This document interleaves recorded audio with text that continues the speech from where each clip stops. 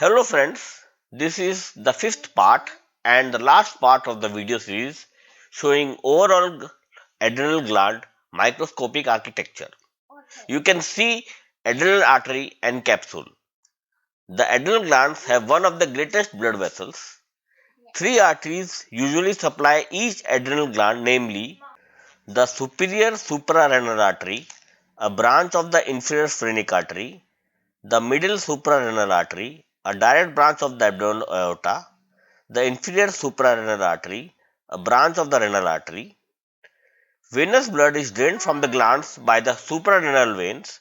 The right suprarenal vein drains into the inferior vena cava. The left suprarenal vein drains into the left renal vein or the left inferior phrenic vein.